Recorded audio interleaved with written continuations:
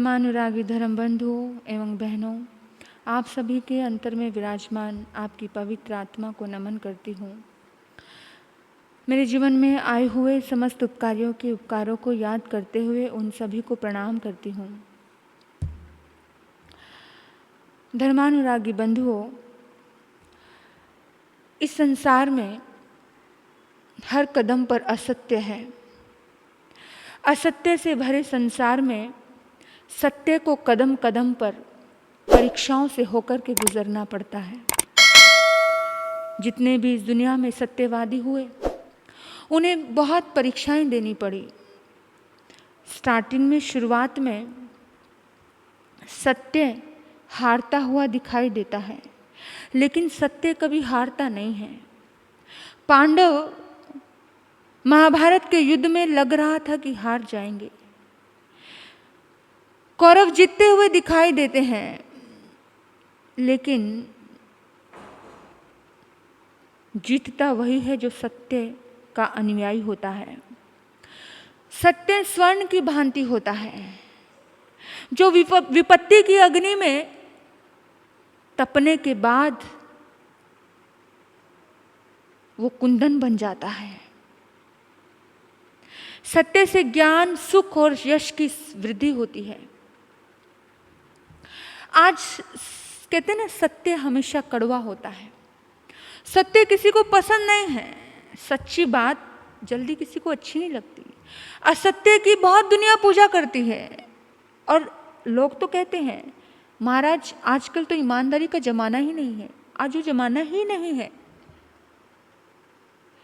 धीरे धीरे अविश्वास, संक्लेश, बनावटी भावनाएं असत्य के छत्र छाया में पलने लगती हैं। सत्य को इंसान को कभी छोड़ना नहीं चाहिए।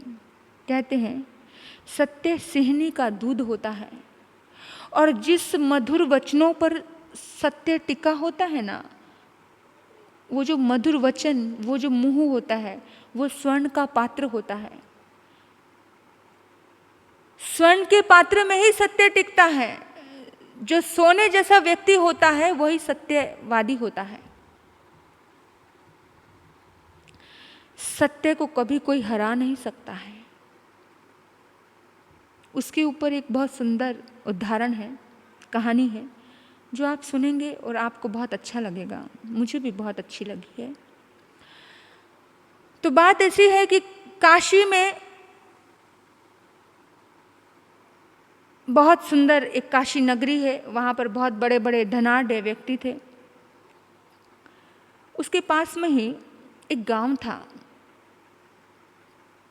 उस गांव में अधिकतर लोग बुनकर रहते थे, जो बुनाई का काम करते थे। कोई दरिया बनाता था, कोई कंबल बनाते थे। तो उसी गांव में एक सतपाल नाम का एक बुनकर रहता था।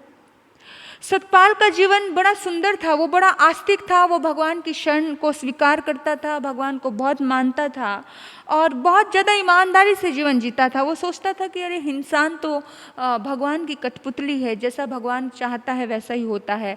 वो कभी भी कर्ता भाव में नहीं रहा, और उसके यही भाव रहते थे। वो कबीरपंथी होने की वजह से उसका एक सिद्धांत था। उसका सिद्धांत था कि साईं इतना दीजिए जामे कुटुंब समान। साईं इतना दीजिए जामे कुटुंब समान, मैं भी भूखा ना रहूं, संत भी भूखा ना जाए। तो हमेशा वो सोचता था कि उसके पास इतना भी आता था ना, तो इतने से में भी वो बांट करके देता था। कोई संत को बहराता था, संत को देता था, किसी गरीबों को बांटता था कि मेरी भी आवश्यकता पूरी हो जाए, दूसरे की भी आवश्यकता पूरी हो जाए। तो जैसा उसका नाम था वैसे ही वो गुणवान था, सतपाल। वो उसने अपने व्यापार में कभी कोई भी झोल, कपट, झूठ, चोरी कभी नहीं की। वो बहुत सच्चाई से जीता था, सत्य से जीता था। वो कभी किसी को ठगा नहीं उसने। जैसे व्यापार में अक्सर लोग तोल मोल में, भाव तोल में बहुत कुछ होता है, थोड़ा तो अप डाउन होता ही है, ऊंच नीच करता है, लेकिन वो कभी नहीं करता था। तो वो उसने कंबल तैयार किए, कंबल बनाए, और जितनी उसकी लागत लगती थी, जितना उसको ज़रूरत थी, उतना ही वो रखता था। अनावश्यकता से ज़्यादा वो किसी से धन लेता भी नहीं था। तो उसके जीवन में कुछ भी उसने संग्रह नहीं किया था। उसके पास समय की 2 रोटी मिलती थी, समय पर वो उस रोटी में से भी किसी को बांट देता था, बिल्कुल भी संग्रह नहीं करता था। एक बार की बात है, उस व्यक्ति ने 2 कंबल काशी में रहने वाले किसी बजाज के हाथ में दे दिए। वो बजाज की दुकान में गया, बजाज को बड़े पसंद आए, वो तिलक और छापे लगाने का काम करता था और उसने वो कंबल रख लिए। और जो बजाज था ना, वो मन का बड़ा मैला था, तन का बड़ा उजला था, दिखने में बड़ा सेठ लगता था, लेकिन जरूरी नहीं होता हर सेठ बड़ा दानी हो, बड़ा मन का अच्छा हो। उस सेठ बनने के पीछे भी उनके बड़े राज होते हैं, बड़े रहस्य होते हैं कि कैसे दूसरों का खून चूस चूस के वो आगे बढ़े हैं। तो उसका व्यवहार सच्चा नहीं था, वो हाथ का बड़ा मैला था बहुत ज़्यादा। उसने बजाज ने सतपाल को कहा कि सतपाल, तू ऐसा करना, 2-4 दिन के बाद पेमेंट ले जाना, अभी तो मेरे पास नहीं है। तो सतपाल ने कहा ठीक है, सहज भाव ने बोल दिया कि मैं बाद में ले जाऊंगा, कोई बात नहीं। वो 2-4 दिन के बाद फिर सतपाल आया और आकर के उसने सतपाल को लगा कि भी अभी मेरा समय हो गया है, मुझे जाना चाहिए। अब सतपाल को उस बजाज ने बड़ा भोला समझा और उसने तो योजना बना के रखी थी, उसका काम ही था लोगों को ठगना, लोगों को बनाना, उसको बाएं हाथ का खेल था। और कहते हैं हर बुराई का अंत होता है, कोई कितना भी ठगी हो, कितना भी कैसा हो, एक दिन तो पाप का घड़ा फूटता जरूर है। तो 2 दिन की बात थी, 2-4 दिन की बात थी, वो आ गया। आने के बाद उसने पैसे मांगे, तब बजाज ने कहा कि भाई बात ऐसी हो गई है, मेरी दुकान में कल आग लग गई थी और तुम्हारे कंबल जल गए, इसलिए मैं पैसे कैसे दे सकता हूँ तुम्हारे कंबलों के, मैं पैसे नहीं दे सकता हूँ, पर मेरी बात पे विश्वास करना, बेशक तुम दूसरे दुकानदारों से पूछ लो। सतपाल ने दृढ़तापूर्वक कहा कि भाई ठीक है, तेरी दुकान पे आग लगी होगी, लेकिन मैं सच्चाई से व्यापार करता हूँ, मैं बहुत ईमानदारी से व्यापार करता हूँ, मेरे जीवन में कभी भी मैंने छल कपट नहीं किए हैं, मेरा जो धन है वो बहुत ईमानदारी का है, मेरा काम बहुत ईमानदारी का है, इसलिए मुझे भरोसा है कि मेरे कंबल कभी जल नहीं सकते। उसने बड़ी दृढ़ता से कहा। अब बजाज तो एकदम झुंझला गया, बड़ा गुस्सा आया। उसने कहा अरे भाई, कंबल तो कंबल है, कपड़े को आग नहीं लगेगी क्या? आग ये देखेगी कि भाई ये सतपाल के कंबल है इसलिए मुझे आग नहीं लगनी है, इसे जलना है, इसे नहीं जलाना है, आग थोड़ी ये देखेगी। तो इसी तरह वो अपनी सच्चाई की धमकियां देने लग गया, ऐसे ऐसे वैसे वैसे कि तू मुझे झूठा बनाता है, अपने आप को बहुत सत्यवादी हरिश्चंद्र समझता है।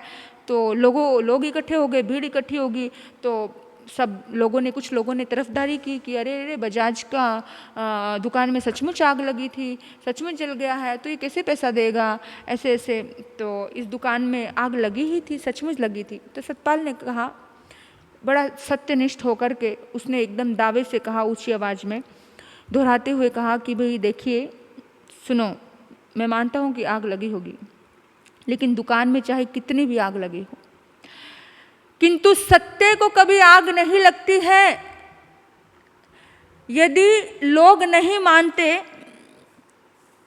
अगर आप लोग नहीं मान रहे हो, तो जो मेरे कंधे पर ये कंबल है ना, इस कंबल को आग लगा के दिखा दो तुम, तो मैं मान जाऊंगा। मेरा विश्वास है कि मेरे कंबल जल नहीं सकते हैं। अगर मेरे कंधे पर रखा हुआ कंबल जल जाए तो वो मैं मान लूंगा कि मेरा कंबल जला है। तो बजाज ने कहा ठीक है, लेकिन एक शर्त है, मेरी दुकान में मिट्टी का तेल था, मिट्टी के तेल की वजह से आग लगी थी, तो तुमको भी मिट्टी के तेल में ये कंबल भिगोना पड़ेगा। उसने कहा फौरन करो। मिट्टी के तेल में पूरा कंबल लथपथ किया गया, भिगोया गया पूरी तरह से, और सबको पता था कि मिट्टी के तेल में लगा हुआ कंबल भीगा हुआ पूरा तरबतर, एक पल में आग लगेगी। मिट्टी के तेल में भिगो दिया, माचिस की तीली फेंक दी, तेल जलने लगा, तेल जल करके बुझ गया। लोग देखते रहे, आंखें फटी की फटी रह गई। एक अद्भुत नजारा देखा कि झूठ जल गया, तेल जल गया, लेकिन कंबल को इतनी भी आंच नहीं लगी, कंबल में इतना भी दाग नहीं लगा। और देखिए आप, झूठ जल गया और सत्य सिर ऊंचा किए हुए खड़ा था। जो सत्य है वो कभी जलता नहीं है। और ना ही गलता है, ना ही पिघलता है। सत्यवादी बुनकर की जीत होती है। बजाज का सिर नीचा हो गया। बजाज ने कहा कि मेरी दुकान में आग जरूर लगी थी, लेकिन जब आग लगी थी, इसके जो कंबल थे वो मेरे घर पे पड़े थे। मेरे मन में थोड़ी बेईमानी आ गई, मुझे माफ़ कर दो। मैंने सोचा कि मैं कहूँगा कि वो जल गए तो शायद मान लिए जाएंगी मेरी बातें, तो इसलिए बेईमान होने की वजह से मैंने मना किया था। वो जले नहीं हैं, वो सुरक्षित हैं। और उसने क्षमा याचना मांगी और उस बुनकर को उस कंबल के पैसे दिए।